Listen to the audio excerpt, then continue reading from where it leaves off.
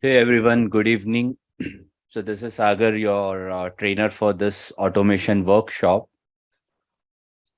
I see a good number of participants, so I would like to keep this more interactive. So let me just go ahead with my introduction and the agenda for this 2 days of workshop, and probably I'll allow you guys to unmute and be interactive.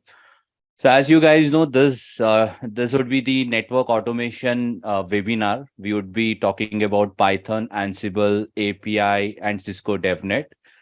Though we may not be able to touch all the corner topic, but I'll make sure that you take it something while you go from here. So coming to the Python or Ansible or API, these are the tools or programming language that we use for automating these networking concept. So I believe all of you are from networking field.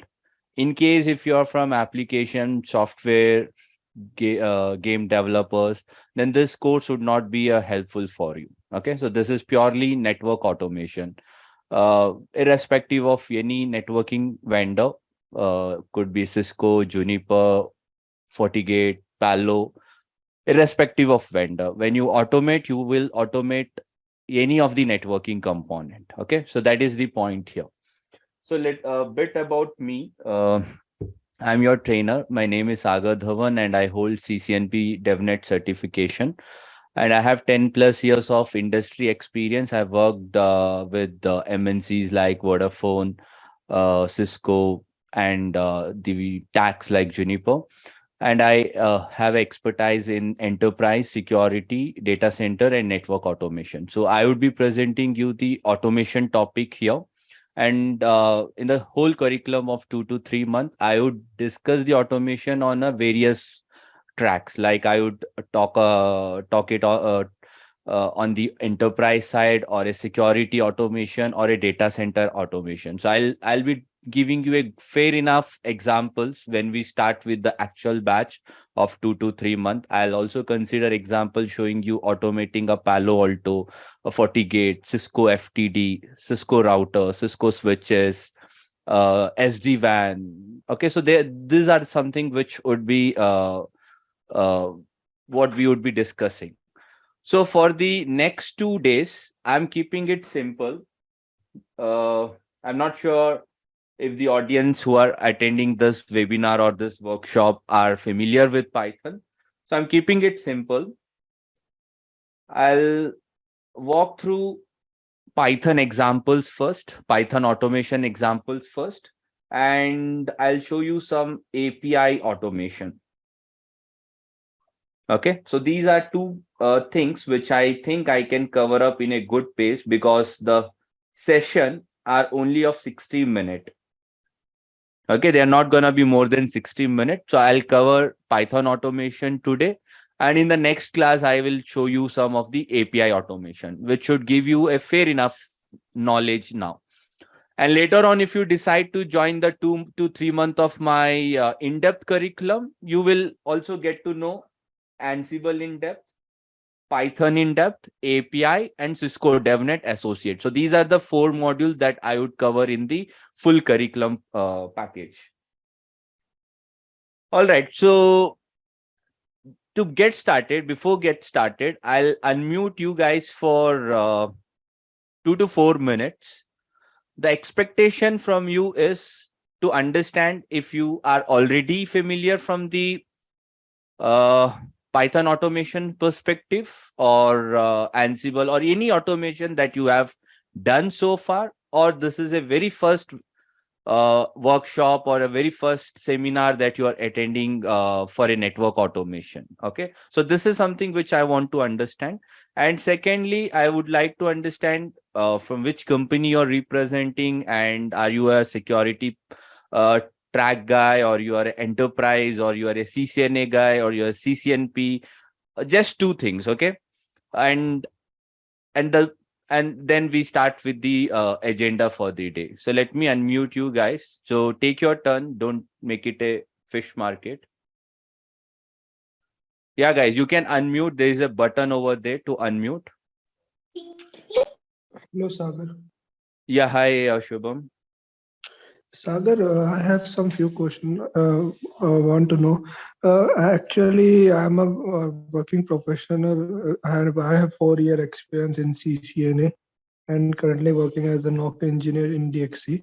So I want to know how it will be beneficial this course for me. We'll take this all in the at the end. Okay, I just want the introduction now. Okay, and one more question I want to know. And how is it different from DevOps? This course. We'll see all question answer. We'll take at the end. This is an introduction Okay. that I'm asking. Okay. Okay. Fine. So, are you familiar with Python? You since you have unmuted, you No, can tell. no, not much. Okay, fine. Yeah, thanks. Yeah, yeah. Go ahead, guys. Who is going next?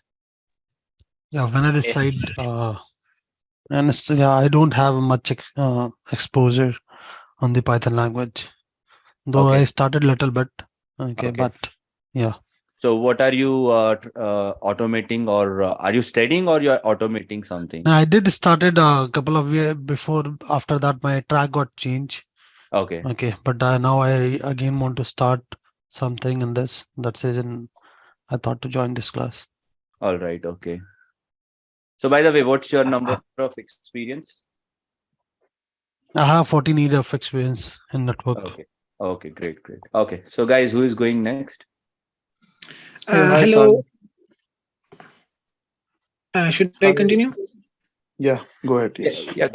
I'm Tahir. I'm from Pakistan. I work as a network support engineer in Nayatal. I have hands-on experience on Python. I have approximately 4 years of experience on Python. I've been coding many projects in my bachelor's as well. And also machine learning, I've done some internships in it. But this opportunity was very good. And then I joined the network support engineer role in Nayatal. So I think this session will help me in automating the networks. Yeah, definitely. Thanks. I'm Bahiran from Sri Lanka. I work as a IT admin. I know I little bit know about Python, but I don't know the automations. So I would like to learn more about this from your course. Okay, sure. Thanks. Yes, guys, we have 2 more minutes. Quick Hi, introduction. Sagar. Yeah, go ahead. Hi, I'm Rahul. I'm from India, basically. I have more than 12 years of experience in networking and security. I'm basically a deployment engineer where I need to deploy and implement new projects on the cloud, with the major part include the network security part. So I used to deploy Palo Alto, Checkpoint, Fortinet. So I'm just joined this course that how I can automate these tasks along with the internal configuration of a firewall if I'm deploying a Palo Alto. So Okay, this got is it. my Got it. intention Yes. to join. If it can help me in that Sure. sense. I'll consider your question. So while I present, I'll consider your question and answer that. Okay. Yeah, sure. Thanks. Hi Sagar, this is Nasir from Kashmir, India, and I have total of 8 years of experience in networking field, and I have no knowledge of Python.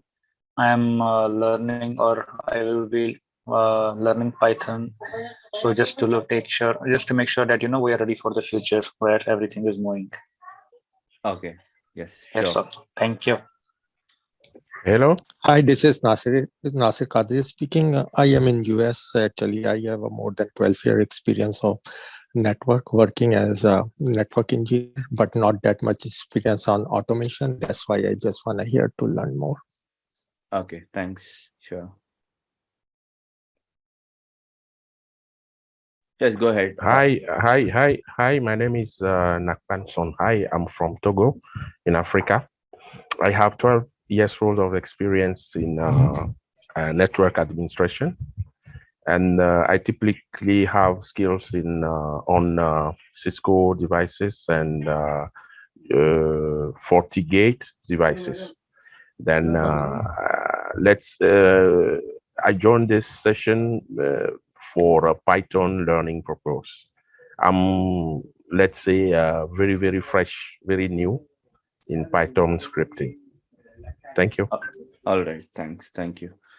All right, guys. So let's start now. I'll just place everyone on mute for certain time. So what I conclude by hearing the introduction is most of the guys are starting with the automation.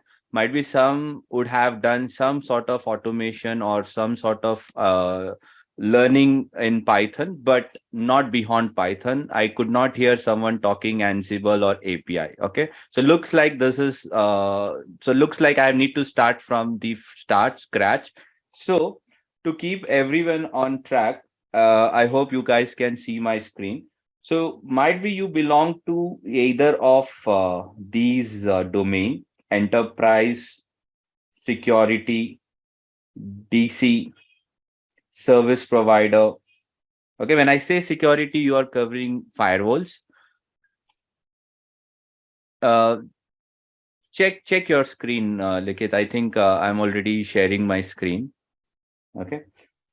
So enterprise, security, DC, service provider, collab, right? All the networking streams, we can automate all of these streams. How do we automate? That is what this course will talk about. Okay. So let me tell you some of the point, and I also need some pointers from your side so that we make this interactive session. Okay. So let me put the question like, what do you want to automate in your current organization? Let's say you are working on an organization, you're working on an upgrade, you're working on policy push, configuration, taking backup, or whatever you're working as. So what is that skill, or what is that task that you think is a manual yet, and you would like to automate it so that you don't have to put a manual effort? Something you come, run the script, and the job is done in the backend with a very minimal efforts that I want to focus at. So do you guys have any pointers for me? So let me unmute you guys. You can unmute and tell me if you find any such pointers.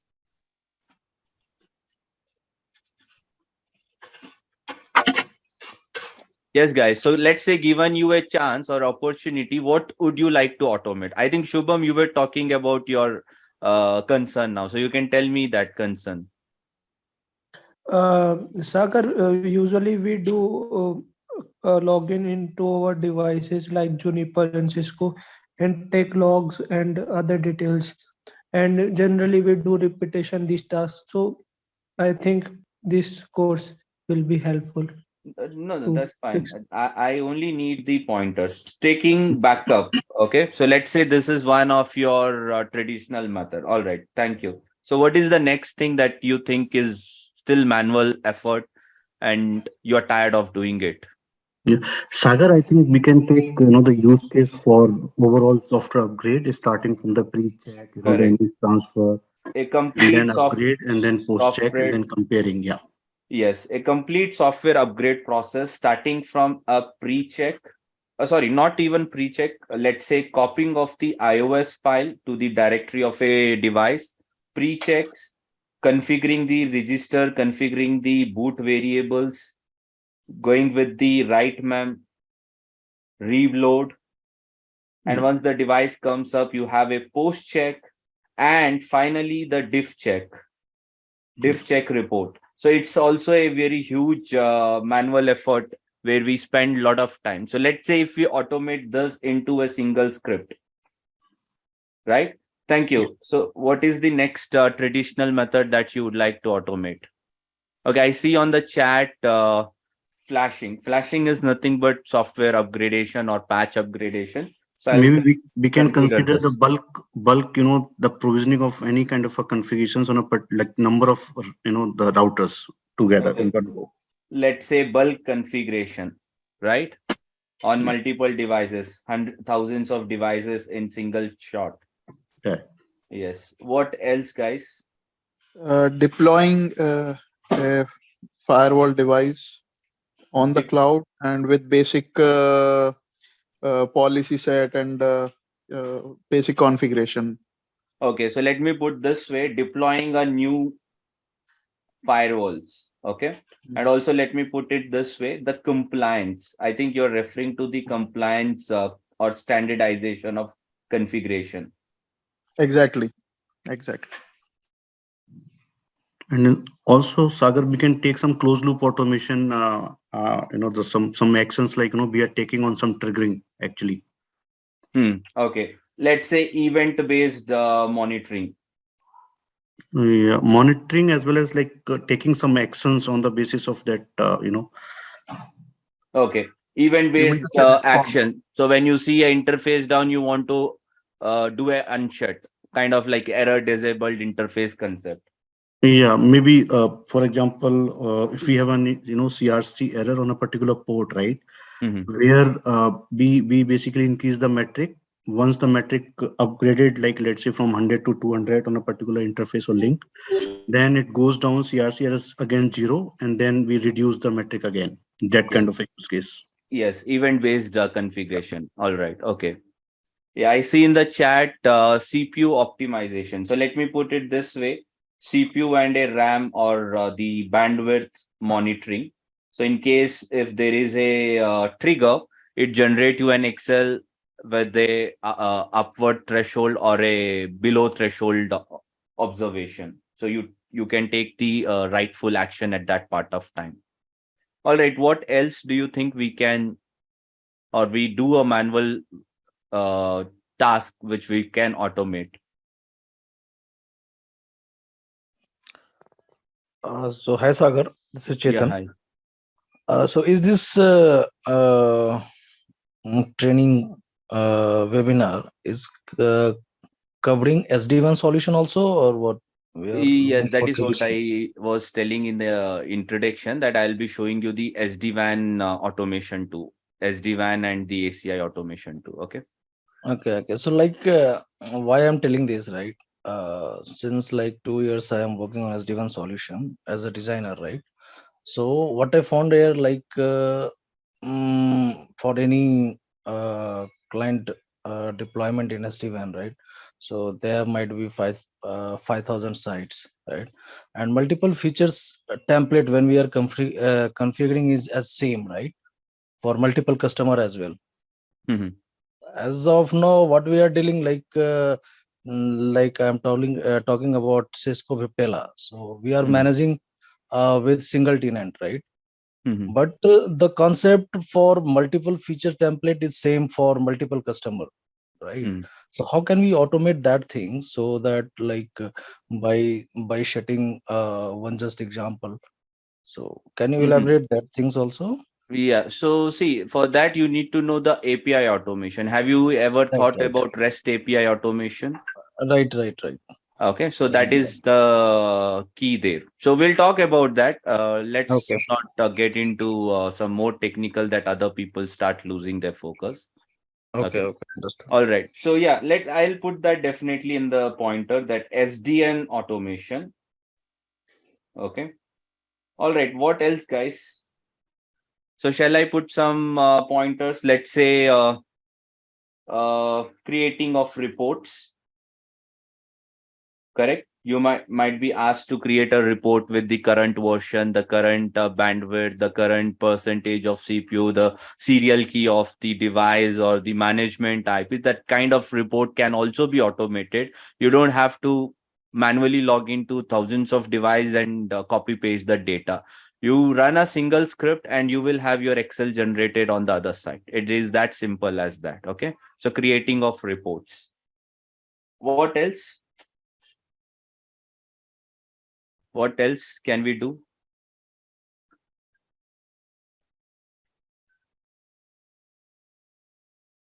By the way, for that report, you need to know a concept of regular expression. Once again, this would be covered up when the course will start. It's called regular expression. Okay.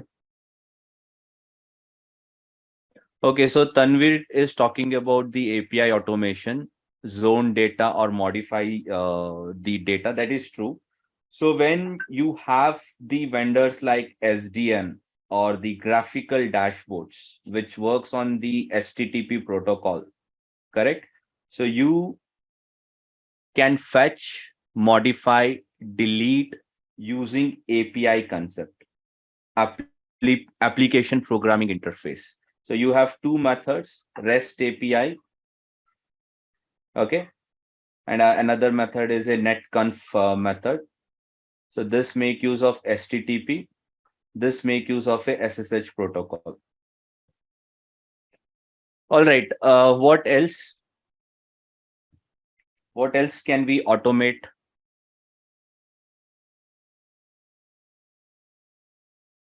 By the way, what is the meaning of standardization of configuration? Have anyone thought about this?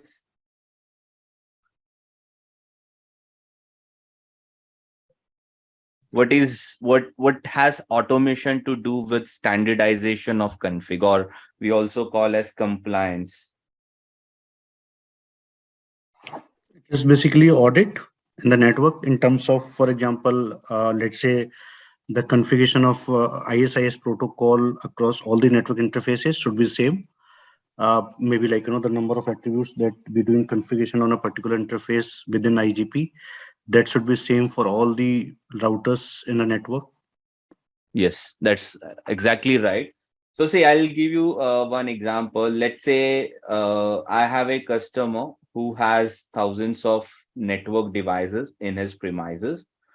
So as per the customer's architecture or network architecture, they have some standard configuration for DHCP, DNS, NAT, the different ACLs that they have, the interface, the configuration within an interface, .1x. So pretty much all the protocols that you might have heard, they come with some standard configuration, but then they realize that one of the device has 10 lines extra, one of the device has 20 lines extra, which is not matching with their standards. Might be some devices are having 5 lesser line. Now how would you take a call what is missing? Because at the end you have to standardize all of them. Let's say for DHCP they have come up with 10 standard line, and when they say 10 standard line, it should be 10, it cannot be 9 or it cannot be 11. So that's called standardization. Now you will have to follow certain steps here. You start with scoping, it's called a scoping work, where you generate the report using automation. You will fetch a complete report for all the protocol. You will pinpoint if it is missing up or it's having additional unwanted line. The report will have it. The engineer will work on the implementation step, will propose the CR or a maintenance window, and on the very fine day on the maintenance window, you will push the configuration via automation. Once again, automation. And after the config push, you will see that the standardization start matching up as per the customer expectation. So this is called standardization process.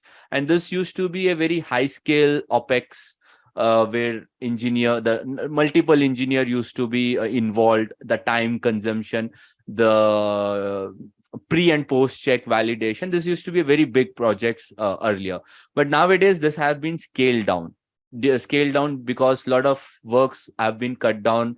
You can rely on the automation side now. Okay, so that was about some of the automation scope, benefit, and in case if you guys were never ever done with automation, so this is where automation is done. The 2 slides that we just prepared is where the automation is done. Now, how automation is done is again a challenging question if you're never been from a automation side. See, there are basically 3 best ways to automate. So one definitely is called Python. The second is Ansible. And the third one is via API method. Now, which one to prefer and which one not to prefer, that depends on your customer and customer network that they are running. Okay. So why I say that is, Let's assume that the customer has multiple vendors in his network, like Cisco, Palo Alto, FortiGate, Meraki, Cloud. Let's assume SD-WAN, right? Now it's difficult for you to maintain all of this technology via just a Python or might be only with API. So here is where knowing one or two type of automation always helps you. You might definitely can use Python for most of automation, but when it comes to SD-WAN or any SDN, definitely the API makes it simplest. Okay, the API automation makes it simplest because of its A's to configure, fetch, and all those things. You don't have to write lines of program that you do in case of Python.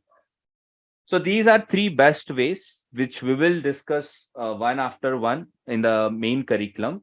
But let's talk about the ways or mode of communication to a networking device.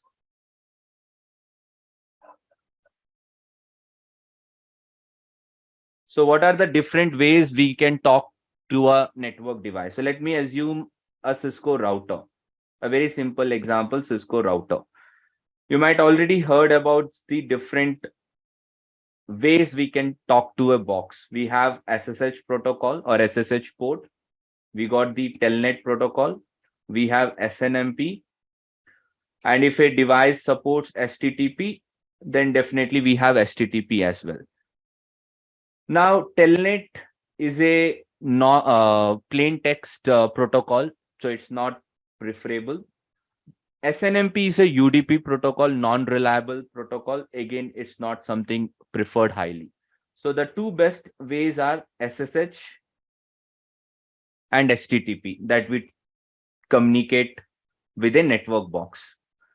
Okay, it can include either of the vendors like Cisco routers or Palo Alto next gen firewalls or SDN. They all come within this. All your access layer and distribution layer, they all support SSH, and all your SDN technology, next gen firewalls, they all support HTTP. You might have seen the graphical interface here. Right? So the major two protocols are SSH and HTTP. Now, how automation is done? Do we need any additional tools or add-ons or extensions that supports automation? No, we don't need it. But again, there are certain agents or there are certain automation tool which needs it, but not all of them. So for that, we need to understand something called agent versus agentless. Agent versus agentless automation tool.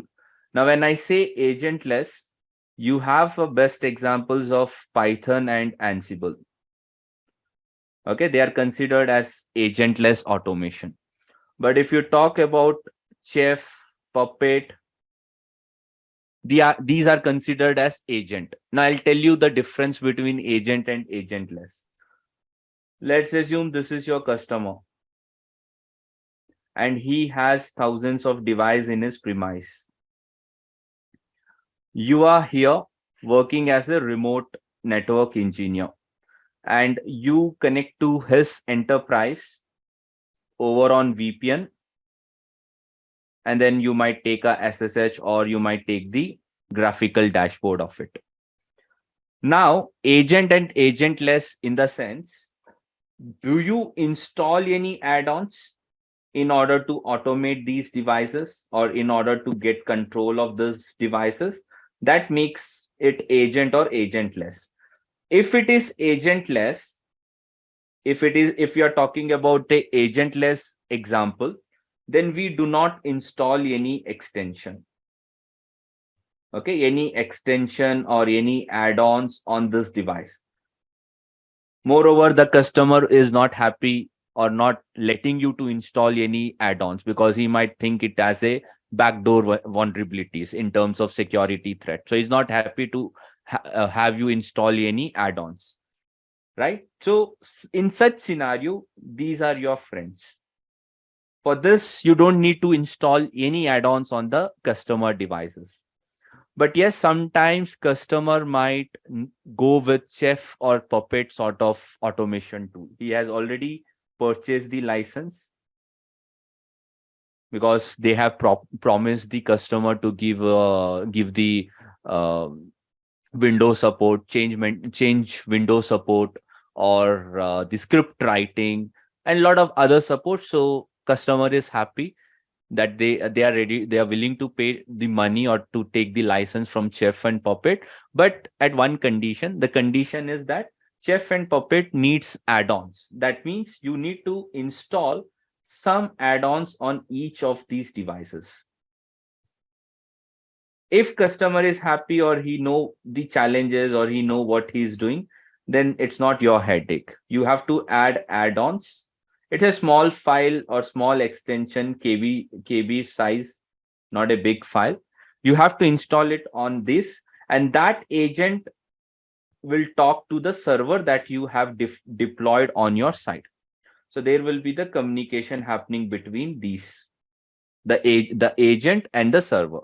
And there is where you will start automating, taking the backup, running the configuration. This is when, in the case of agent based. In the case of agent, you add extension, then you automate. But not all the scenario. Sometimes the customer don't want to do that.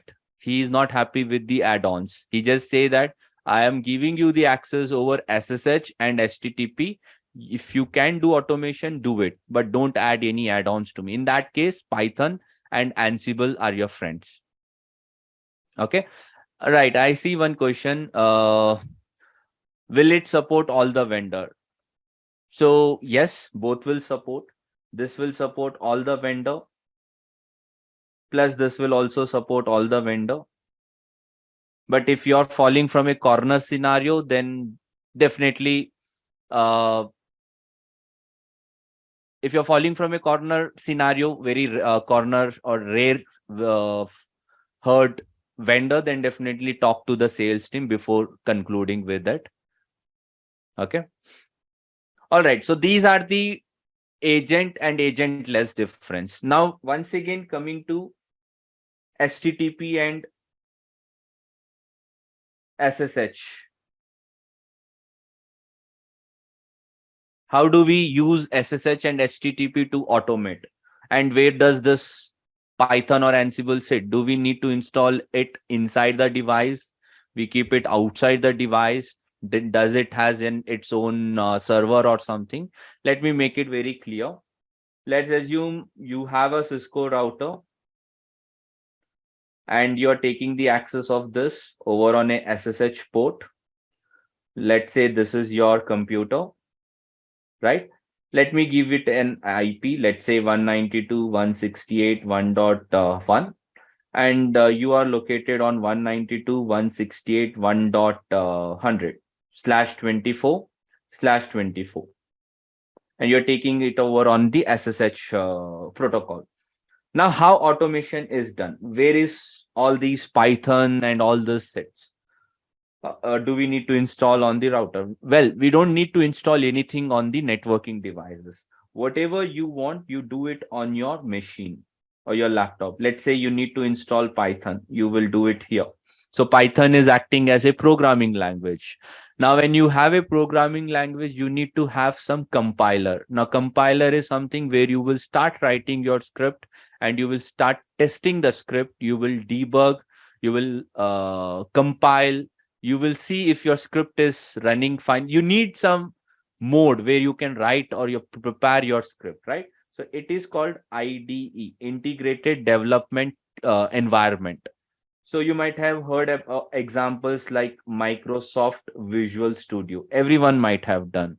Or you might have also heard names like PyCharm, right? So these are some softwares which are also installed on your machine. Now, similar way, anything else that you need, let's say if you go with Python, you definitely need some libraries, right? So that also has to be installed on this computer itself. Once you have all your infrastructure ready, you start writing it over on that application, Microsoft Visual Studio or PyCharm. You can do the basic test. You can do a ping test to see from your computer you have the reachability to the router. You can also do a SSH test to make sure you have a working SSH configuration done here. The line VTY is configured, the RSA token is configured, the usernames are configured. Once SSH and ping test are successful, you can execute the script.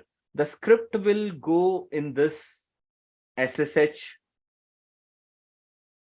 way itself. Okay, the SSH itself is gonna trigger. The ports will be opened, and once the ports are opened, whatever commands that you would have triggered, let's say you had triggered show IP int brief. So this command is taken along with the rest of the lines, and then you will fetch back the output of it, and this output is shown on your computer screen. It looks all fancy until you see one example. It will look very fancy, like what is happening, but this is the flow. Okay, there is no major rocket science in network automation. If you know a basic flow, it's very easy for you to get through with this. Okay, I'll show you one example today, so don't worry about it. Let's see. Let's talk about the tools that you need on the computer. Now we know that SSH is the guy who will help us, but from the tools that we are installing, we need a programming language. Let's say I prefer going with Python initially. I need a software or an application using which I can start writing my code. So I can go with Microsoft Visual Studio or PyCharm. I need library. Now, what are libraries? Okay. Can Python not supposed to do it by itself? Oh, let's talk more about this. I'll give you one simple example. Let's say you just purchased a smartphone. Okay, any smartphone, let's say a Samsung. So what does this smartphone consist of? It consists of two things: hardware plus operating system. So basically hardware and software, two things, correct? Let's say you buy a laptop. So laptop also needs two things: hardware and software. Now, in terms of Python, assume it in a similar way. You need Python from the programming side. Okay. And once you decide that you will go with Python, they have some marketplace. They have something called marketplace. When you go and search for SSH library, you might find thousands of SSH libraries there. Now, once you have such number of libraries, SSH library, you have to select which one goes good with you, because not all of them are gonna go good with you. Some might support only Cisco, some might support Cisco and FortiGate, some might support only F5, some might support the 10 of different vendors. So you need to pick point which library is gonna go good with you. So this is when I said there are library which can support even 30 different vendors. But if your vendor is from a corner scenario, then first you need to check which Python library can be used here. Okay. So let me say I did a quick search for SSH. I got the names like Netmiko, Nornio, Nipam, PyNTC, Request, NC Client, I got a lot of list now. So have you guys heard about these names? Yes, no, you can use definitely Zoom chat and also keep an eye over on the Zoom chat. So yes, I have a mixed answer. Yes, no, yes, no, yes, no. All right. So guys, these are like, let's assume that you have a Android Play Store.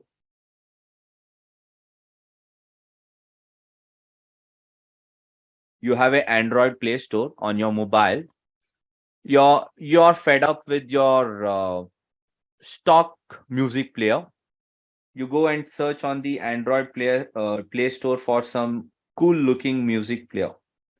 And there you go, you have hundreds of recommendation.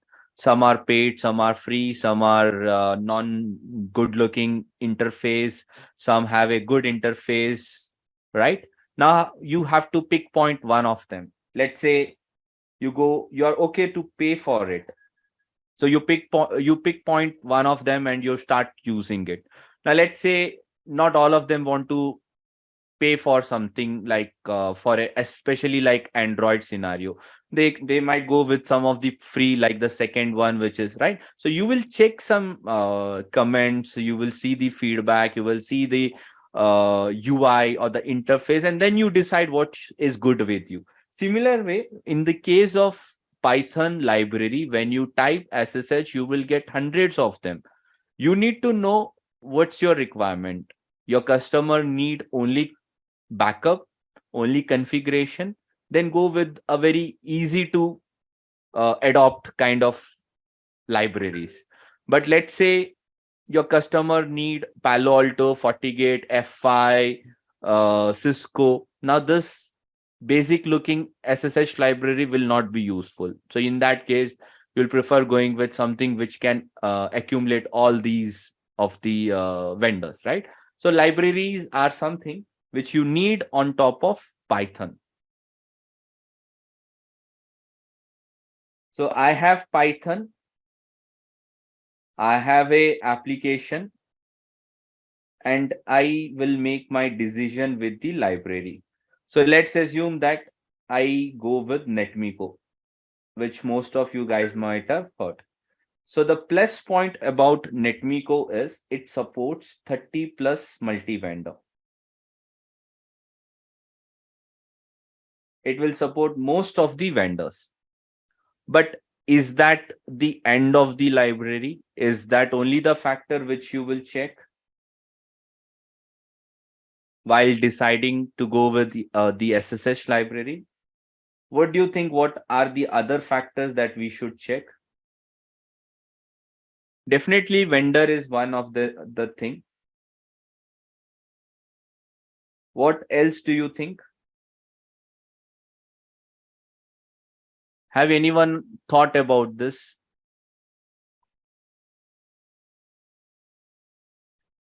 Yes, easy to implement. Because not all library would be easy enough. User interface, I don't think so, because these are a backend. See, Python is considered as a backend programming tool.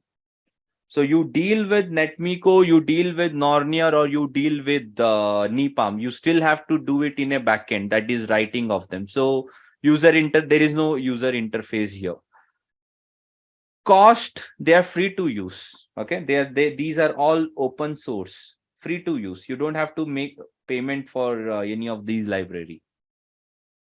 Yes, community is one of the important point, because if you select a library which hardly know someone and you're stuck with something, who is going to help you, right? No one is going to help you, right?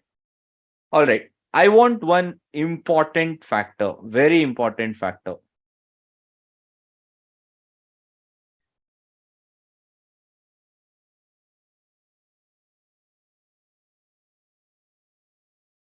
No one thought about it, the important.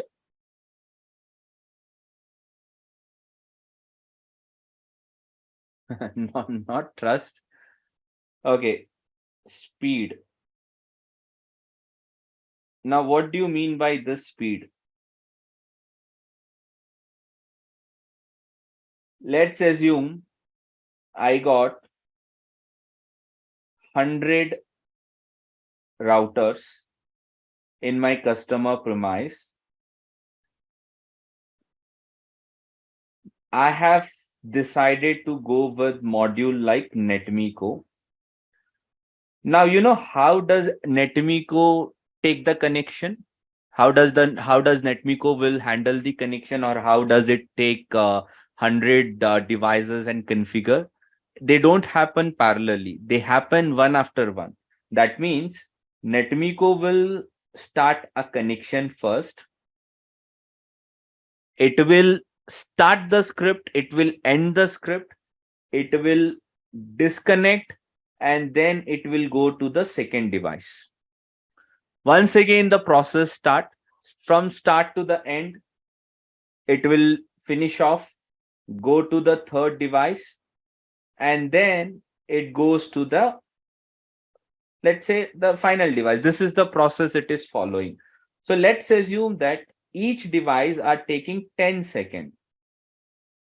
Now you just multiply 10 seconds with 100 of devices, or if you have thousands of devices, definitely it is gonna take number of hours. Do you want your automation to go for a day? That is not what we are expecting from automation. One of the factor for automation is the speed as well, correct? So you should know NetMiko takes connection by connection, or connection after connection. Then in this case, what is the best recommendation? So that is what I said. When you have multiple libraries, you have to pick point. Now let's assume that for you the speed is important because you have 5,000 devices and they all fall to Cisco router and switches. Now you have a very good library called Nornio. Now in Nornio, they have a concept of multi-threading, multi-threaded connection. Now if I say the same setup, that you have Nornio deployed on your machine and you have 5,000 devices, your customer is handling it. Now the connections are all happening at once. Okay. Now there is again a thumb rule there. They don't happen all 5 connection at once. If that is the case, then this poor guy will just be overloaded now. Because you might have seen that when you take a SSH from your machine to a different box or something, even your CPU increases there. Just try to open a task manager and initiate 10 connections to a 10 different device. You will see your own task manager or the CPU and RAM start spiking up. So don't think that you can initiate all 5,000 connection, because then this poor laptop or the server which the customer has given you will die or will be frozen. You can still initiate a very good 20 to 100 connection parallelly at least. So let's say even if you handle 100 connection all at single time, then let's say all this connection happens at a time, so you can just still conclude the time now. So if NetMiko is taking full 1 day, right? Now with Nornio type of automation, you can just hardly do it in 4 to 6 hours. So in this case, the speed is important. And I'll show you one example for this as well about the speed.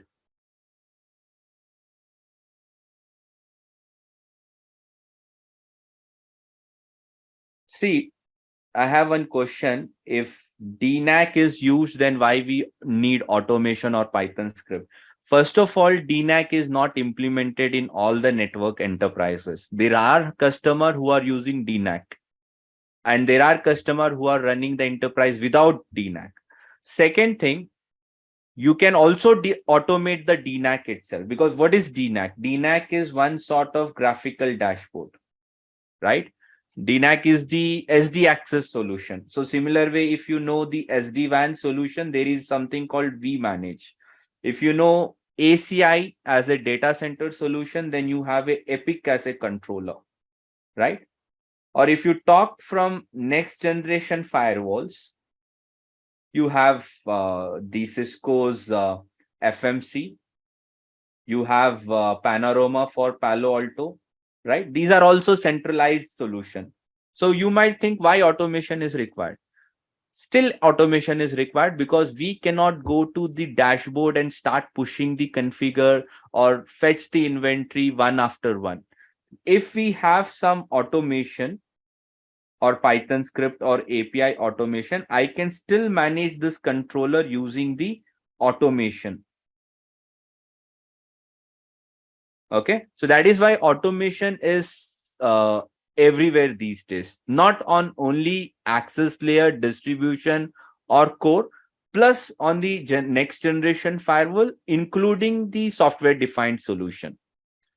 You'll understand when I'll show you the examples during API, how easy it is for you that you take the complete inventory from a vManage, or you are here in the Epic and you are configuring the number of bridge domains all in single clicks.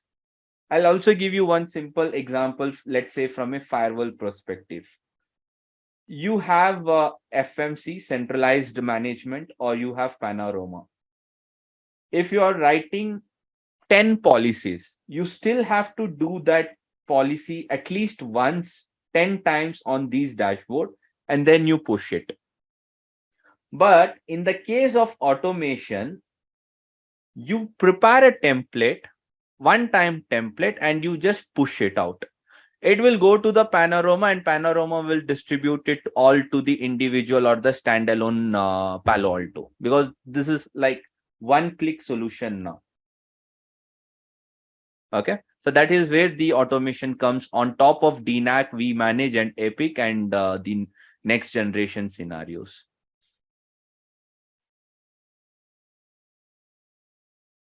Okay, all right. Now, let me show you quick one simple example.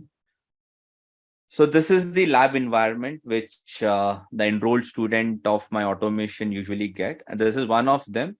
I also have one more lab where I have deployed Palo Alto, FortiGate, and other SDN solution like SD-WAN, ACI, etc. And I'll also give you some pointers for SD-WAN, ACI, Meraki, and all these labs. How would you practice automation? I'll tell you. And I also give you access to Palo Alto, FortiGate, FTD, F5 load balancer. And on top of this, if you need any other vendor, you can let me know. I'll try. If I have the access, I can arrange it. But this is something which most of the people are aware of.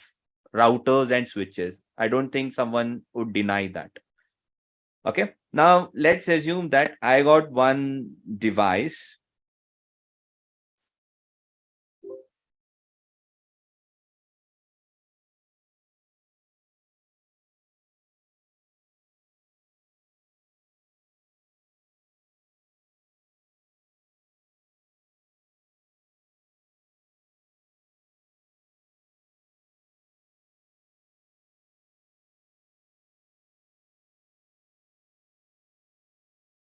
Okay, let's say this is a yes, we have FortiGate as well, Wahid. Okay. So let me quickly configure one of the device. Let's say this is a brand new device, and you can see those prompt. And I hope you guys already aware of how you configure them. So I'll just put those configuration here. So we need to have a host name designed. Let's say we have to have the username privilege of 15, password Cisco. Let's configure IP host name. IP domain. Let's say we need to have the crypto key RSA modulus 1024. We will configure line VTY 0 to 15. execution timeout of 0 to 10 second, transport input SSH, login local. I hope you guys all already aware of the basic configuration. And also, apart from this, let me configure the interface, because I need I need IP on this interface. So let's say interface FA0/0, IP address DHCP, and no shutdown. This should be sufficient. Let's copy paste on this.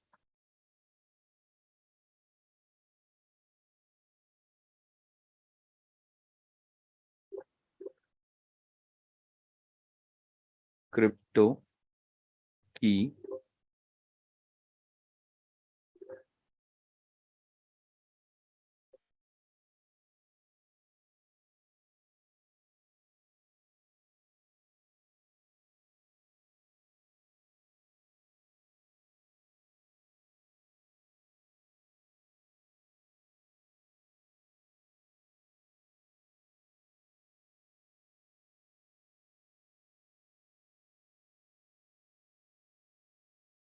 crypto key generate RSA modulus 1024. Okay, that's the strength of RSA key.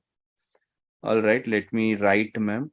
Let me quickly check the IP. See, we have an IP. Now, as I was talking about the reachability, you must make sure you have a basic reachability. So what are those two reachability check? One is ping and SSH connectivity. So where do I do the testing? So I do the testing from this application. This application is called as PyCharm. So you have PyCharm, you have Microsoft Visual Studio, Sublime, Notepad++, Atom, Eclipse. So if you just do a quick Python IDE, you'll get hundreds of recommendations. See. But I would be using PyCharm and Microsoft Visual Studio, which are industry standard. But if you are using something else, you're feel free to continue it. There is no problem using any of this. Okay, until or unless you're good, you should be okay with this.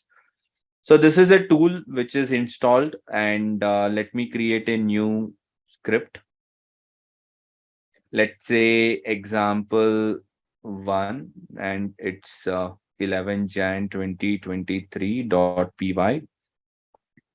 So this is a script which is a scratch script. There's nothing written as of now.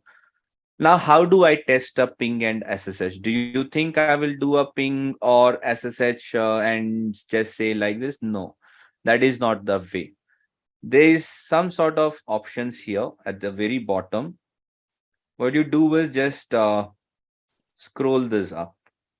Okay, you scroll this bar, and at the bottom you will see some sort of additional menus here on PyCharm. Let me highlight you. Let me tell you which option I'm talking about. I hope you guys can see this footer or this menus, right? So over there is something called as terminal. So from your laptop, wherever you're running the PyCharm, okay, you do a ping test to the device that you just found an IP here. Let's say this is 172.16.28.25. So you have a ping reachability. Now we will talk about this. I mean, sometimes you might be in a different network. So you might have done a VPN connection, or sometimes you go with the MSTC or RDP. So there's a different way you connect to the customer enterprise, and then you take the SSH connectivity, one of the way. So let's say this is one test I did. My device is reachable from the PyCharm. I can also do a SSH, though it might give me an the Diffie-Hellman error. Let me tell you what does it show me. So if you see now, the SSH is trying to negotiate, but my operating system and the device are not ready to accept these Diffie-Hellman. So might be the operating system is offering a lower end and the device is expecting a higher end of Diffie-Hellman. So this is some sort of operating system issue, and this happens most of the time. So to correct this thing, what we normally do is we put all these algorithms inside of our SSHD package, and we just restart the service and things comes up. But in the case of automation, don't even be bothered about all this error, because the SSH library will handle all this error for you. You don't have to do any manual sort. So how do we start with the library now? First, you need to download it. As I told, there is some sort of marketplace, right? So if you click on File, Settings, under Python interpreter, when you click on the plus symbol, this is where you will see thousands of libraries. These are all free to use. You don't have to pay. This is not a subscription based concept. This is a free to use. When you search for SSH, might be you get hundreds of them. See, as I was telling, you have hundreds of recommendation, but you have factors to decide: multi-vendor, speed, AS to use, community, feedbacks, and lot of things. Let's say we have decided to come up with Netmiko. So when you know that is a good library, then just give a direct search on Netmiko. This is the library. Click on that, and there is a small button here which says install package. Okay, at the very bottom. So you can click on that and install that. So it takes 2 to 10 seconds. Now, what is the backend process happening? There are few backend process that starts running now. So one of them is the pip. You guys know what is pip? It's a package manager in which operating system in Linux and Ubuntu, like Yum, APT. These are also a different package manager. But pip and pip3 are a different level of package manager that is used in Python. Now, what this package manager does it, they start installing the package that we have set to do. So pip3 install Netmiko. That is what would happen in a backend.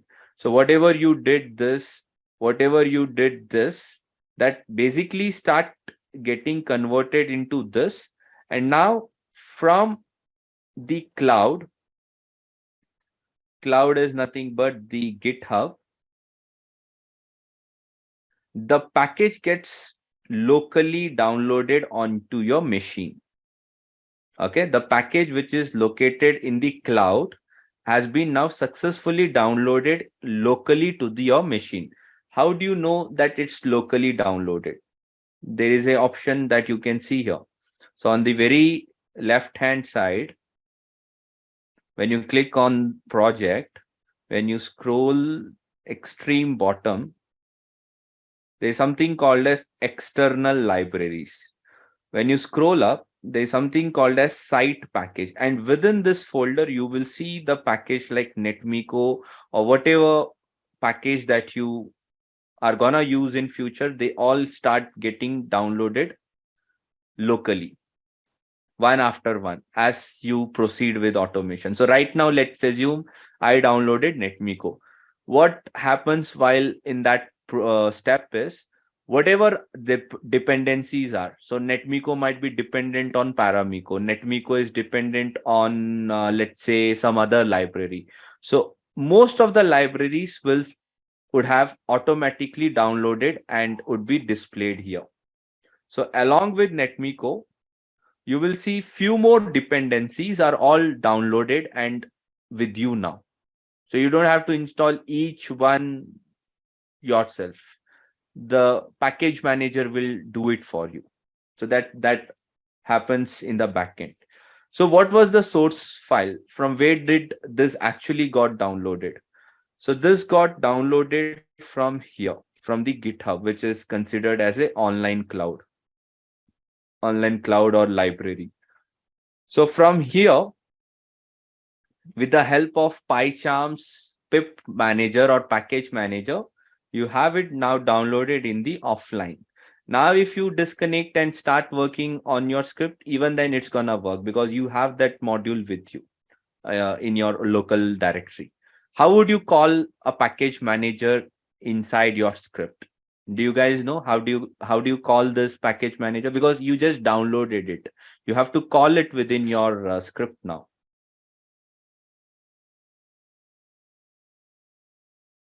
Yes, guys, any pointers? Yes, it is import. So when you do import and when you call up that particular module name, it's basically like you're sourcing to that particular library. There are two ways to call. You can make a simple import netmiko, call the complete package, or else you can say from netmiko import connect handler. Now, what is the difference? Do you guys know any difference, or I'm okay to use either one, or what happens?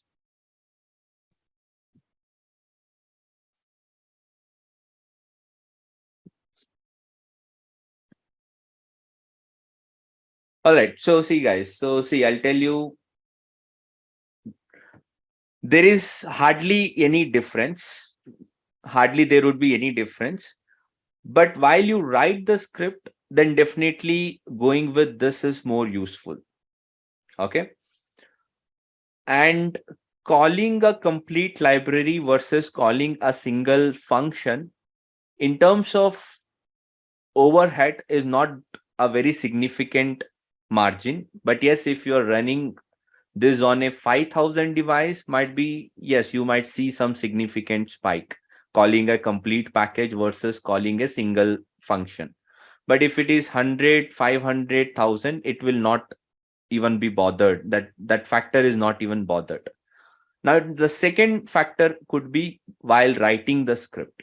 So from writing the script perspective, this is a better way. I'll tell you why. Say, for example, you started with import netmiko. And in the case you are started calling that function called connect handler. So you have to plug the package name all the way and all the time whenever you call any function.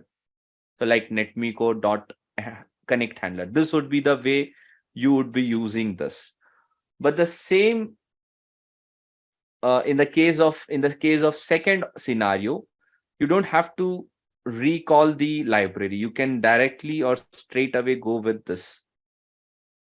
So now you might feel that this is better. You just call it once and then you get rid of calling that package name again and again, right? So this is your choice now. You can go with either one. They will not harm your script.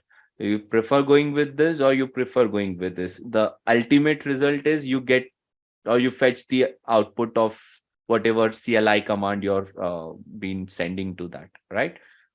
So as per the sample, the author has preferred going with this method from netmiko import connect handler, and then we define that connect handler. All right, so I'll take that as an example. So from netmiko import connect handler. So let's take that out. Let me only keep one line. So what is this line doing? This is calling of the library. So once the library is called, you have to define your networking component like IP address, username, password, and lot of other things. Now this is where people will get stuck. You need to know something called as data types. There are different types of data, starting with the string, numbers, list, tuples, set, and dictionary. Okay.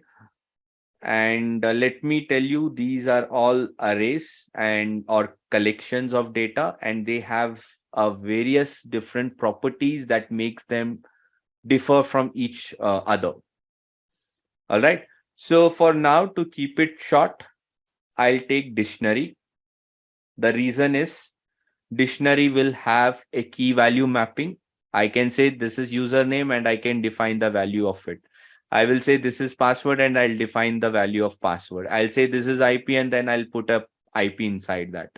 And then I can use this dictionary elsewhere to take the SSH connectivity. All right. So let's say I put a dictionary. The dictionary are always written in terms of key value mapping and in terms of curly bracket format. So let me let me finish that pattern. Let me say this is a device info, curly bracket, and then I start defining the different key values. Now I'm not sure what key values do I need. So how do I handle this situation? You should know that libraries have something called documentation. So when you search for Netmiko's connect handler document or documentation, you will get the functions that is being coded by the authors. And we are just relying on those functions. So let's say this is a function which author has coded. So if you just expand that, you will see that it's already been coded and we are just using that particular name in the script. We are not reinventing the wheel now. We are just using the function name now. And we will be providing the arguments or keyword arguments, and rest of the thing, it's already coded. It also say that if something comes good, I will be okay to give it to the next function. If something comes messed up or which I do not recognize, I will drop it with this error. So everything is already been coded up. Now, what argument does connect handler accept? That we will get to know by looking at the next block, the base connection and SSH dispatcher. Because this is what the connect handler will do. Connect handler will see the device type and then send to the SSH dispatcher where the actual SSH connectivity will trigger. So to trigger that connection, you have to have these options. You have to set IP address, you have to set username, password, secret, and whatever different things that you want. Now it's your choice. You can tweak the different values, but if you don't want to tweak, you can keep the default values. Again, this is also sometimes a requirement. You might see that the default values are not gonna go good with the customer environment. You need to increase some sort of values. So you just have to take this up and increase the value inside your script, and you will fix that. This happens during the latency type of networks. But if it is good, then you don't need to do any tweaking. You just take the first four and you're good. So what are the first four? Let's say IP. What is my IP? Let's assume this is the IP of my device. I'll keep it here. Each line ends with a comma of its own. Then we have a username. This is why I was showing you the source code. I cannot write it either this way or this way or this way, because if I do anything of my own, the script will stop running. So you should know the source code, and as per the source code, it's all lowercase. So you take that lowercase, keep it here, and let's assume that we said it's admin. Admin is what we set or configured. How is password defined? Is it a PSS or a uppercase? So let's say this is the password. So keep it here. Now the password I think we configured was Cisco, if I'm not wrong. Yes, admin and Cisco. What else? Port number. I don't need to define port number because Netmiko by default will consider 22. So why should I write just another unwanted line? So I can just take it off. What about enable secret? If that is being said, then yes, you have a special argument. You can take this up and you can keep this up. If you do not have, if you have not set any enable secret, then again, you can take it off. Apart from this, one more important thing is device type. This device type is the most important one. And let's assume that I'm not sure what device type I'm dealing with. Is it Cisco, Palo, or whatever? And you triggered your connection. So you said SSH123. You said this is your function. You're supplying the keyword argument. Now in this step, whatever data is in a compressed format, in a dictionary format, they will be uncompressed. The connect handler will pull device type. If it is a known, recognized, it is happy and it will pass it on to the SSH dispatcher, and then SSH will trigger. But connect handler will sense a unrecognized character, then it will not pass to the next function, and instead it will close the script, giving you an error saying that there is a problem. This is not the device type I can recognize. So that is what I want to show you. At the time when your device type is not recognized by Netmiko, let's see what is the error that you would fetch. You have set all the things properly, but device type is not good. So you run the script. To run the script, right click on this and there's a tab called run. See, so when you do that, as I told you, the connect handler, which is your first point of contact, says that this is non-recognized platform. This is something which I can recognize, and I prefer you give me one of this. Correct? Now I take one from here. Let's say I know now this is a Cisco iOS that I'm dealing with. I'll come here and then I'll replace this. So once I replace this, let's see if I still get this error.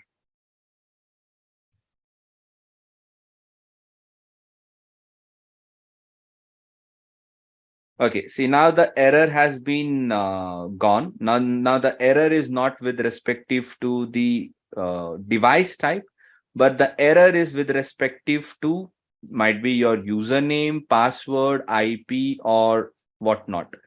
So tell me what could be the IP? I mean, what could be the error? I will show you the error plus I will show you the data that is kept here. What do you think? What could be the error?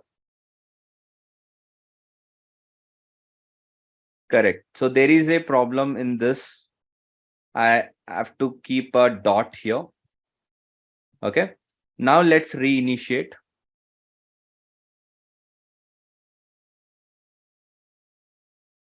Now you're good. While you get a code 0, it's a successful result. It's a green signal for you. Okay. Code 0 in the case of Python programming. Now you are having a successful script. You're able to take a SSH connectivity to this box using this login. But can we fetch something quickly? Yes, we can fetch something very quickly. Let's say I want the output for some command. Show IP int brief. Okay, very simple command. And then I also want to take the output on my computer screen. So now if you run this, see you have the output on your screen. Where is this output coming from? This output is coming from this device which is located at this IP address. You can put any number of commands. You can change the commands. You can put any number of command. You can take this output and store in a text format. You can do whatever you want to do once your script start running. So you have a show version. So similar way, let's say you want to take a show run.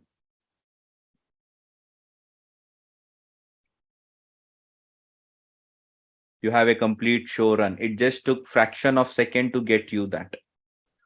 Now you can do a lot of things on this. Definitely, I'll show you a very quick examples now because we are left with only 5 to 10 minutes. So I'll not take too much of time to explain this. We'll go with the Q&A then.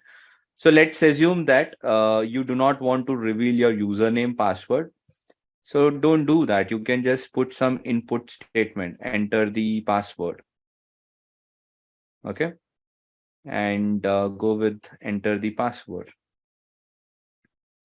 Or let's say enter the secret and then run this. Now what happens? Your script is prompting you to enter the password. So here is where you can put that password, Cisco. Let's assume that some password.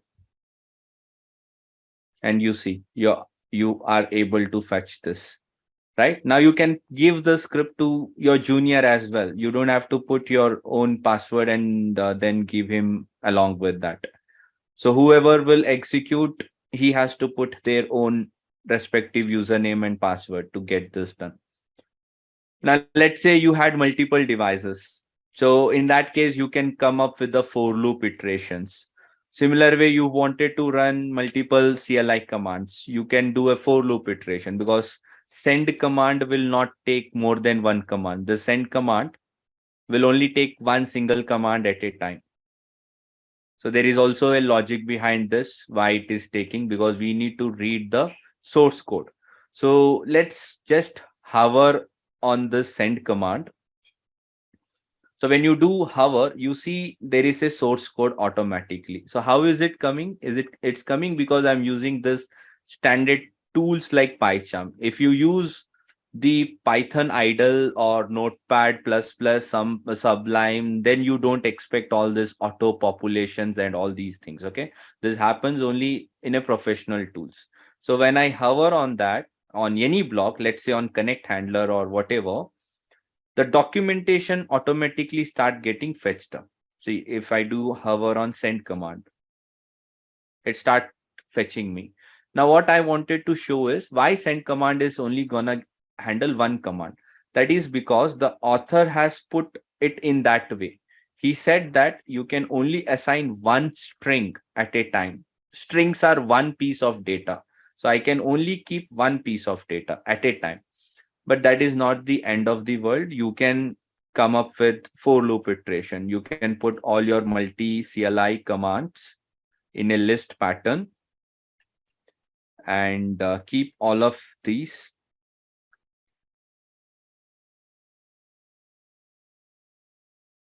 All the commands you just put up here. Show IP int brief, show ARP, then apply a for loop for single CLI in multiple. Okay. And then keep this over here. Now let's see what happens. Do we get all these three output? Enter the password, secret, and you have all the three output. You have the output for first command, second, till here, and the third. So to make some sort of differentiator between each one, you can put some banners as well. Okay, you can put some banner. Let me show you some banners. Let's say output for CLI command and put the single CLI. Okay. And at the end of each output, let's say you would like to put some sort of labels or something. So let's say this multiplied by 10. And then now let me trigger this. You will see how easily you can put the banners and bring up the output. See, do you see this? Now you have a headline. This is the output, and this is the output for that. And then you have a label, or you have a differentiator. Then you have the output. And after the output, you can see there is a differentiator. And then you have the output of the show arc command, right? So similar way, you can have multiple devices as well using the for loop concept. You can also keep device list in a piece of notepad, which I usually show in classes, like after 4 to 5 classes. You keep all the list of devices, 10, 20, 100, whatever devices. No need of giving any number of IPs here. Just source to this particular notepad, and then you have all the outputs with you. Okay, so that is something that we do in the main curriculum. And to show you the complete picture, like what would you be going through in the in-depth model, because this whatever I showed you is just a 1% of our curriculum. So if I show you the complete curriculum here, I think I showed you one example today, which is from might be this 1%.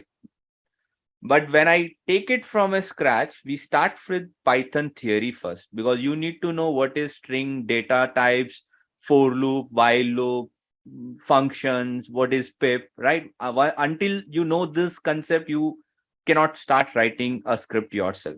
So first, we have to complete with the Python theory. There are different 8 modules, starting with a very basic Python theories, print, comment, data types, etc., etc.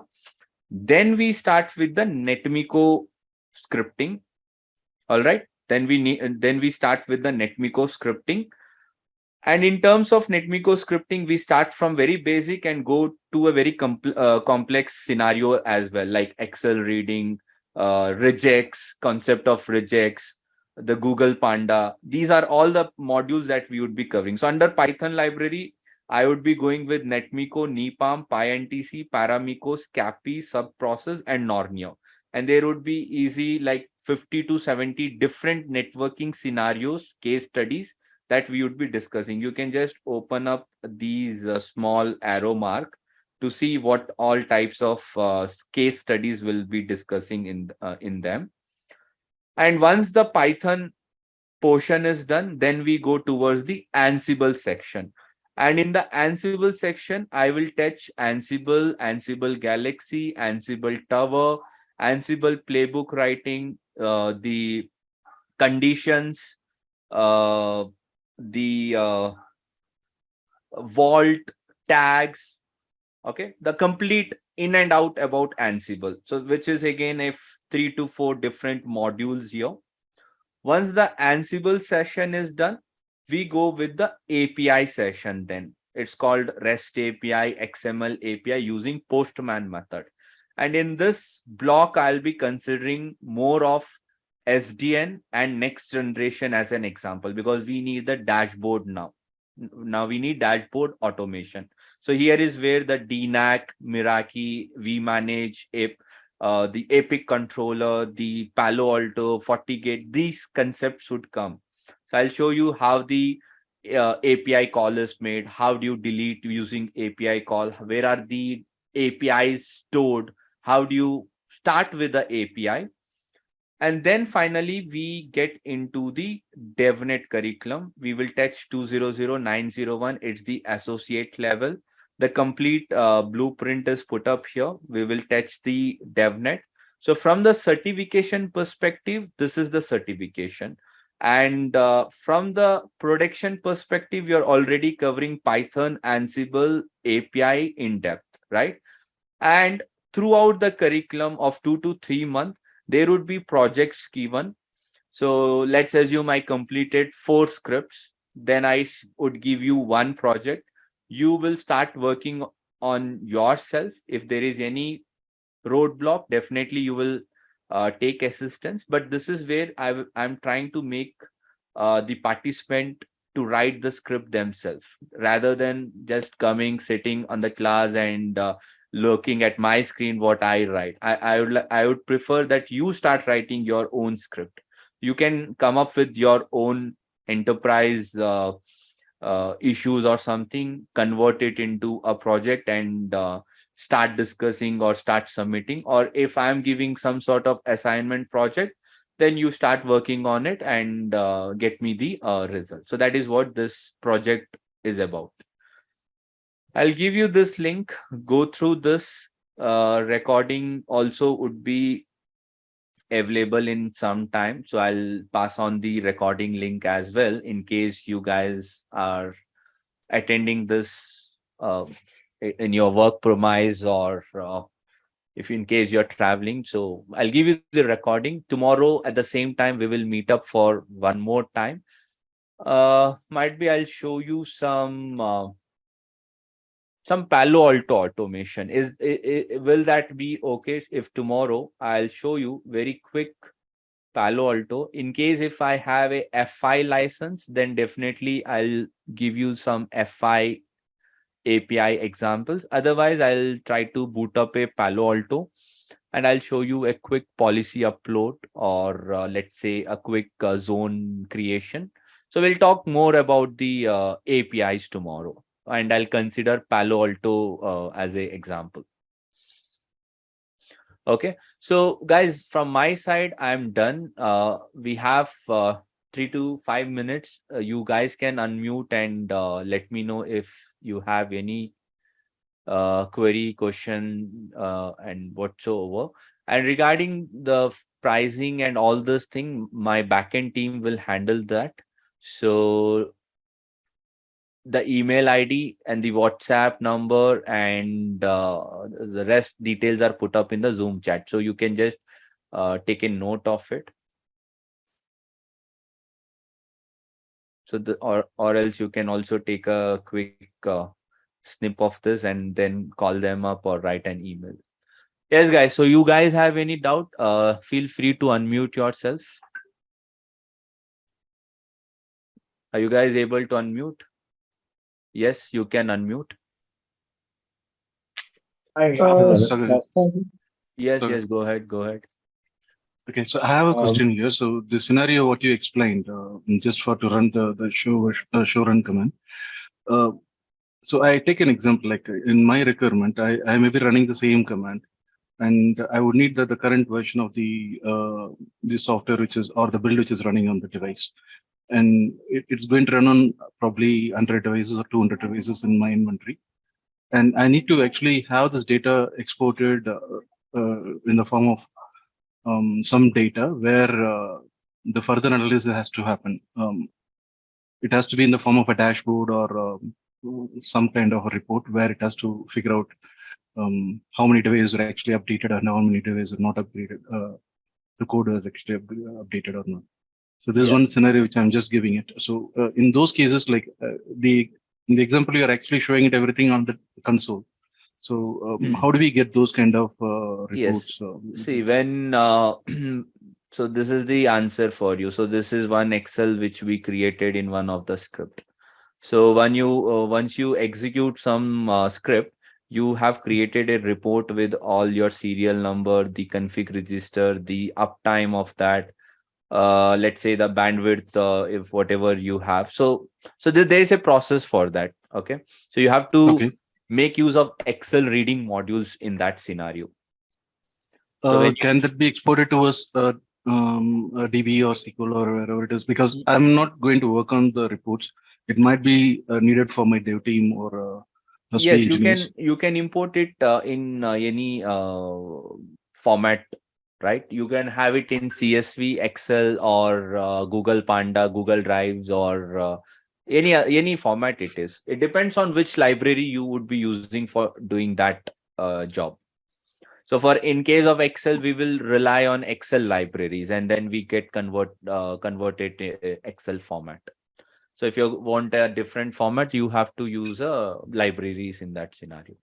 Okay, one is actually in the form of email reports. Another one is in the form of a web-based an application or a Power BI kind of reports, which is Yeah. So for case of email, there is a library which says SMTP Live. Using that, you can email them. There is a Slack library which will post a Slack message. And in case of the SQL databases or database, then there is a different library for database as well. And for the front end, you have the programs like Flask, HTML, etc., where you can build the dashboard. Okay, and that won't be actually working with this application. It will be working directly with SQL. Yes, that will be a separate language there. Okay. Okay. No, are we invoking these applications through Flask, or is it independent task? No. Flask is to be integrated along with this. Flask is your front end. Python script is your backend. Okay, and so this execution, whatever output, will directly reflect on the HTML dashboard. Yes. The HTML dashboard. So I don't need a SQL in that case. You don't need any SQL database there. Okay. So that will be a kind of a real-time live data from the device. Yes. Yes, sir. Sorry, you have any question? Yeah. Actually, I was trying to ask, like, so for example, you have done this whole scripting base. So let's say I want to get this whole script in a form of like a web GUI. So like, for example, I'll just click on the buttons, or I'll just input the like, for example, we have to put your username, password, and all those things. Yeah. So can I get like whole program can be converted into like a GUI format or a web format? Yeah, that is what I was answering the previous question. So you need a front end and you need a back end. Python is your back end tool. Correct. For front end, you need to be expertise with Flask, Django, HTML, Bootstrap, JavaScript, and then you can build your nice looking dashboard. And using the dashboard, you just can keep the tabs, drop down, etc. And in the backend, the calls would be made to the Python script, and you execute and fetch the detail back on the dashboard. So operations are done on the dashboard, and in the backend, the Python script would fit. So it's like more like Django or Flask we have to use it. Yes. So Flask is used here in network automation. Okay. Fine.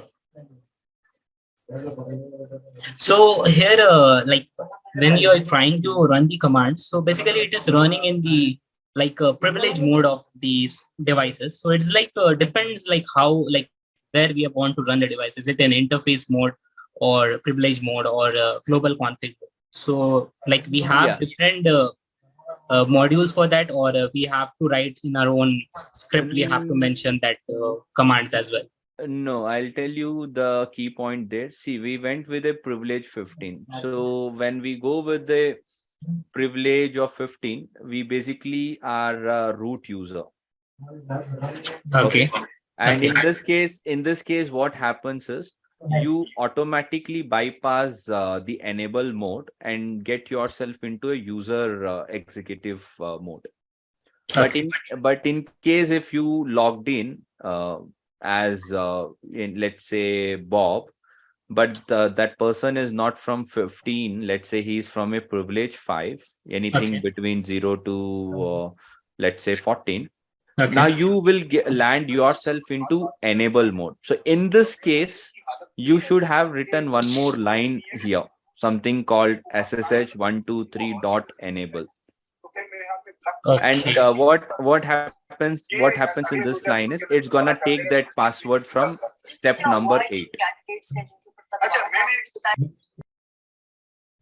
Sorry, I was hearing some backgrounds. I muted all, so you can unmute.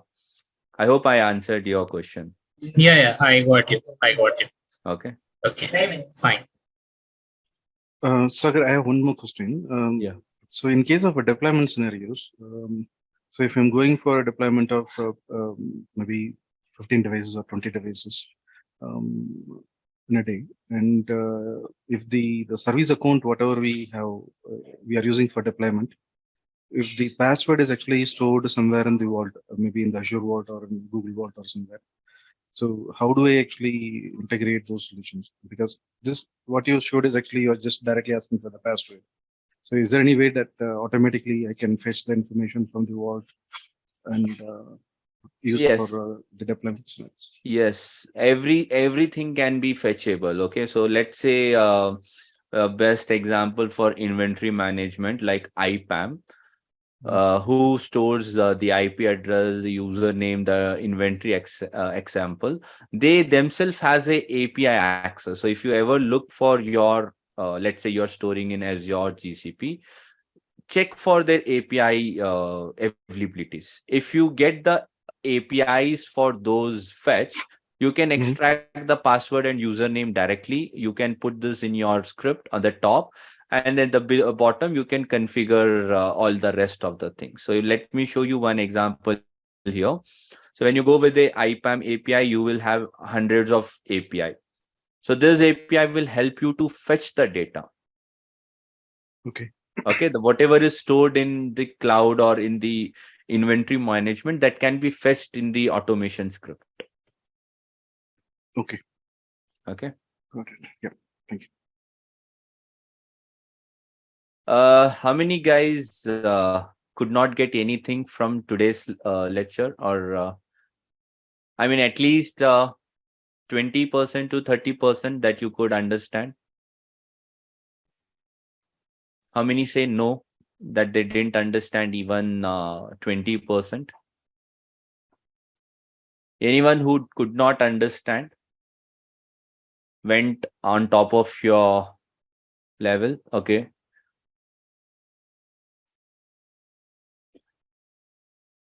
So let me tell you, even if you have got 5 to 10 or 15%, this is just an introduction class. We just talked a lot of things which we should have talked after 5-6 classes or some number of classes. So definitely, even if you could catch up 5 to 10%, then definitely you can catch up the whole curriculum. Okay, so when we start with the day one, it will not be about talking about any libraries and all. We will be talking about what is a Python print function, what is a data type, like what is string, what are numbers, what is list property. So it will be on a very slow pace. Okay, so don't worry about how we start, or in case if you're not from the programming background. This is what I hear most of the time, that I'm not from a programming background. Would I be able to grab this or write this? So my answer is always that yes, you can. Okay, this is very easy to go program. It's not like your Java that you need 30-50 lines of code to write. 10 lines are sufficient to come up with your Python script. All right, guys, let's wrap up. If there's no question, we connect tomorrow. And as I informed you, API with Palo Alto tomorrow. Okay? So if I already know Python, so can I skip the part like Python part? You talk to the backend. I've put the number, or you can send an email. I'll connect you with our backend team who can answer your questions. Sure. Thank you. Okay. Hello. Yes, go ahead. Can I want to ask a question? Like how many months is this course gonna be? And also for the lab topology, is it something one can set up on our own device aside the online topology you say you're going to provide to us? That and is, also as regards Python, one last question. As regards Python, I think you're about to say something about it, like a person like me, I don't have any knowledge about programming. I'm just a network engineer. So with the Python foundation that you want to give to us, is it going to be sufficient enough to do this automation course? see, it's a Monday to Thursday daily. I can say 90-minute of session at 10 p.m. India. You get 3 months of lab access.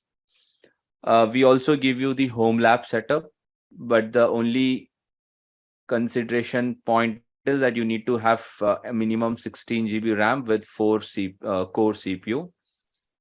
So any latest generation i5, i7 or i9 should be sufficient. All the live classes are recorded. So the recorded videos are for lifetime accessibility. So this is about your initial questions. And regards to the Python and Python learning, as I told you, we start with Python theory first. So once you are done with Python theory, then we get into the practicals of Python. Okay.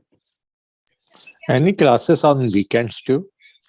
I have a weekend batch which is already 25% done. My next weekend batch should be might be in Feb end or March. Okay. Thank you. Any tentative time when this batch will complete? Which one? The weekend? The completion of the weekdays batch? The new one which you are going to start from. The weekdays Monday. batch? Yeah, the one which you are going to start from Monday. Yeah, it would be a 2 month of total duration. Okay.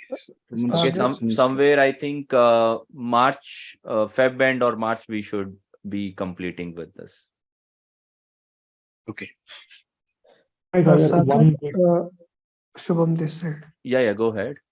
Sagar, I want to ask some personal questions. So can I call on this number? Yeah, definitely. You can call that number. That belongs to our backend team also. So you can you have any question, you can definitely call. No, but I want to talk with you personally. Will you be available on this number? Yeah, okay. You can call that number. Okay. So my backend team will inform me up. Okay, fine. Hi, Sagar, one quick question here. Yeah, go ahead, Aditi. It was really a great session for understanding the initial part of it. So wanted to know if it is specific to Python. Do we have any such courses while we are not really looking forward for a 2 months one? If it is kind of a crash course or something where we are only learning about the Python, do we have certain courses available, or we can?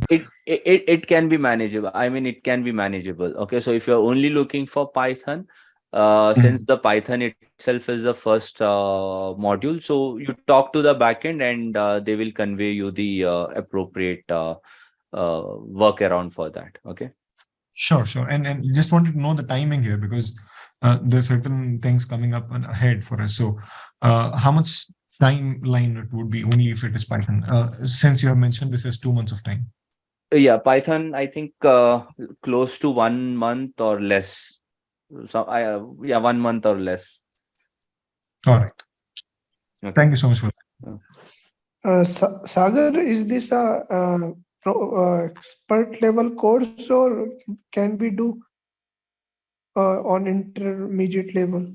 It's like 0 to hero course.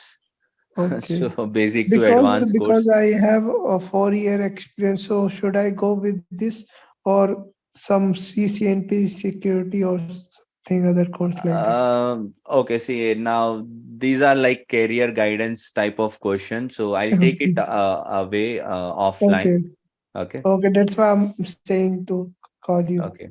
But let me tell you, for in terms of in general way, automation is very much booming and there is a demand for automation engineers. So in case if you can get through with the automation, then definitely, let's say you're looking for a new job or you're looking for a job switch, then this will definitely help you. Okay. Okay. For this type of job, how many minimum experience required? How much minimum experience required? It depends how many like how much time you have spent on the production automation environment, script writing, or any automation jobs that you have done. Okay. Okay, we can talk offline. We can talk offline about it. Okay, fine. Yeah. So Sagar, since this would be covering the CCNA topics along with this, or CCNP in Cisco track. You on mean this, the automation topic from Devnet. CCNP, right? Correct. Yeah, yes. We would be touching more than those topics. The CCNP Encore has 10% of it. And as well as we have CCI EI where there are 10 to 15% of it. So we are definitely going to touch a lot of more topics than these tracks. Okay. So Sagar, since we are taking these classes in weekdays, in case because we are working in rotational shifts in our current organization, so in case we miss it, can this recording be available next day in the morning or when it will be available? See, this recordings are automated. So as soon as the class is over, then 2 to 4 hours, the recording would be in the portal. Okay. And yeah, so since this is starting from probably 16th next week, Monday, right? Yes. And then it will take 2 months. So that will be 15th of March.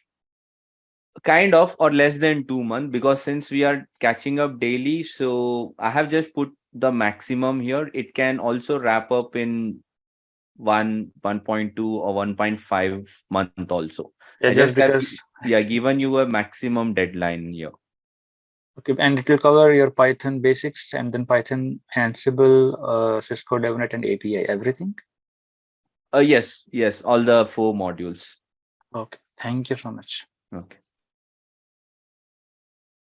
All right, guys. So the rest of the question you still have, you can talk to the backend team or they might reach you. You can explain your whatever questions that you have, the career related, or if anything, you can talk to them and they will guide you accordingly. So it was a wonderful interacting with you all and have a nice day. Let's connect tomorrow for the next session or next workshop. So have a nice day, everyone. Take care. Thank you, sir. Thank you. Thanks for that. Thank you. From Nigeria. Thank you.